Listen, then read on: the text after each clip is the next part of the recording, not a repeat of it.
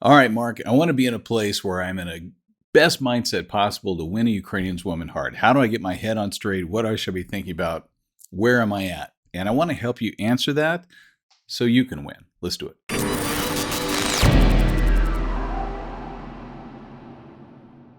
So, what's the best mindset to approach and come to meeting all these different ladies you're going to meet and to be in a place to where you're enjoying yourself and they're attracted to you? This comes down to three basic things, and I want you to understand that, but I want you first to understand where she's coming from. When you put down a deposit on a tour, you'll get access to the tour training center, and the very first video is on first impressions.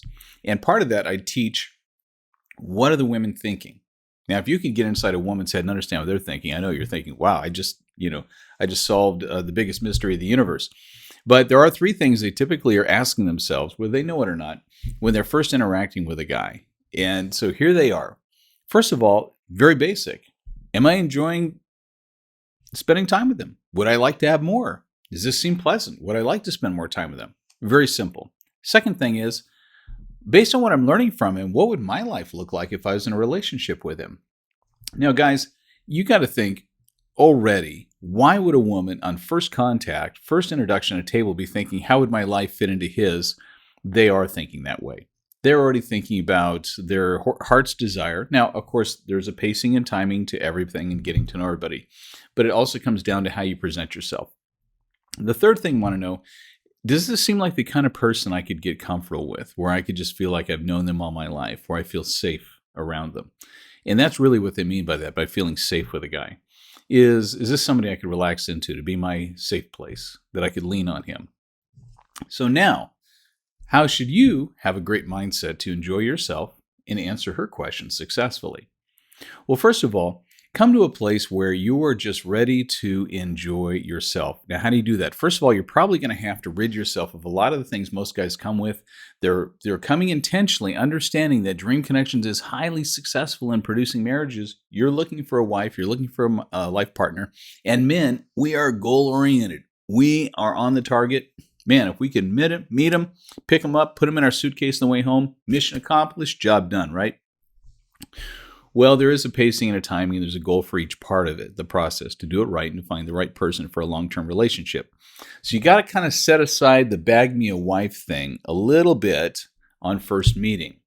In fact, one of the best mindsets guys have, and this seems totally paradoxical, the opposite of what you'd think, one of the best mindsets guys can have is to simply say, I'm going to come and enjoy myself, have an amazing time, meet amazing people. And if I get on the plane going home and I didn't find somebody, that's okay. I still have stories to tell for the rest of my life. And I'm glad I'm the kind of person that adventures out. Come with a spirit of curiosity. This is all interesting to me. Never get bored. Some guys have traveled more countries than I have, and after a while they're going, yeah, I've seen it all, whatever. No, don't be that way, ever. I don't care if you've been to the place 100 times. When you're meeting new people, bring on the spirit and air of curiosity. Curiosity about them. You haven't met this person before. Why do you wear that necklace? It looks interesting. Is there a special story behind it? Whatever the case may be. Your hair, that looks amazing like that. Does that take a long time to prepare? It's beautiful. Whatever you can do to be curious about them, their life, something else, shows you're just in a good place and you're present and you're not inside your head. You're out. You're present with them. But all those things are going through your head. And how do you quiet them down? Well, the biggest way you quiet them down is to get outwardly focused. So if you have nervous energy, quit thinking in your head. Get out of it and focus on something right in front of you. Also, after dropping your major bag me a wife agenda, being outwardly focused, the other thing you can do is just carry an air of, I enjoy my life. There's something very attractive to you anytime you're out in a social setting, meeting a new buddy, meeting anybody where they seem to just really be enjoying their life. They have no other agenda. They are great energy, great space to be around. And it's the same thing in parting to tell your story. So first of all, come relaxed, come without this agenda behind it, come ready to be curious about them. And then also have a sense of, I love my life. Now, what does that mean? Everybody's life is different. You may be work for the oil company and you travel. You may be a trucker. You may be an entrepreneur, startup person. You may have be an attorney with obligations to a desk job and all the rest of the employees you have. But find the things that you enjoy about your life, because misery doesn't love company. Somebody who's miserable is like the woman's going to go, I don't want to be the next most miserable thing in his life. It doesn't sound like fun. Find things that you love about your life and dwell on those. And really, your story should be that which I told Anna all those years ago. It's like, I feel like I'm a king with a growing kingdom. I'm just looking to add the right queen to fit the package. And that's really the story I hear from most of you guys. It says, look, I've done things. I'm happy. I just want to share it with somebody. And if that's your energy, then think about the things you love and celebrate them. Be happy for them. You've got a good story. Get the things out of your head that are all these apologies. Well, it's not a big enough city. I live in the city. Maybe it's too crowded for her. I'm from Canada or Australia or the UK or Europe or South America, South Africa. And, maybe she wants America. Well, look, hey, there are reasons why you love where you are and what's there. And if you bring that energy, you love it, she'll love it too. It's the same thing. Think about this. When you see kids in a playground, right? And you got mom and dad sitting on the bench over there. They're watching the kids play. The kid goes down the slide, and let's say he slips and falls off halfway down as he was trying to twirl or something and hits the ground. And obviously, that is a moment when he scrapes his knee and he looks up to mom and dad. And either parent who responds is going to determine how he responds. If mom responds first, she's like, oh my gosh, my dear, is it bleeding? Oh my God, oh my God. He'll start crying. Yeah, it's painful. It's right there, mama. If dad responds first, he goes, hey, you okay? Yeah, get up and do it again. Try not to fall down this time. Okay, dad. Same situation, same instance, but how do they respond was based on the response they got from that parent. In a sense, you're doing this all the time about your life. How do people respond to you? It's how you see it.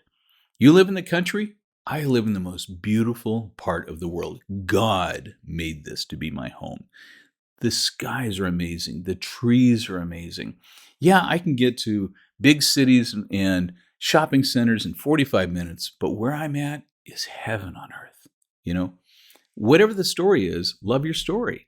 And the more you love it, the more somebody else has a chance to fall in love with it. So get out of this tendency to apologize for where you are or some part of your life. Love your life. I think those are the biggest lessons I could give you on this. And that's the mindset you bring. You bring a great mindset to really focus on them, be attentive to them, love your life, and have ambition. That'd be the last piece I would add. Ambition just simply means I'm trying to do something in the world. Whether you're just trying to get the next promotion, you're trying to use your job money to save up eventually and get a house, you're looking forward to moving or traveling, you're trying to grow your company, whatever it is, there's something you're trying to do. And if you listen to some of the other talks I did on culture and things, you'll understand why that's important and why they aren't getting as much of that from local Ukrainian men. But for you, it's natural for us. We do want to grow. We want to improve. We want to do better.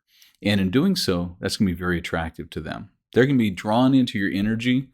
They're going to be drawn into the fact you're relaxed in yourself. You're curious about them, and you're going to enjoy yourself so much more. So that's my best thoughts on how to have a great mindset to make a great first impression on Ukrainian women. All this and more, I love if you would put your comments down here. Let me know your thoughts on this. Have you been through this circumstance? Have you made the mistakes I've talked about before? Had the other mindsets? Seen how it didn't work and made it so you didn't enjoy yourself? And if you are a married guy watching this, tell us how you won your lady's heart. We'd love to hear all those comments below. And I'll see you on the next one.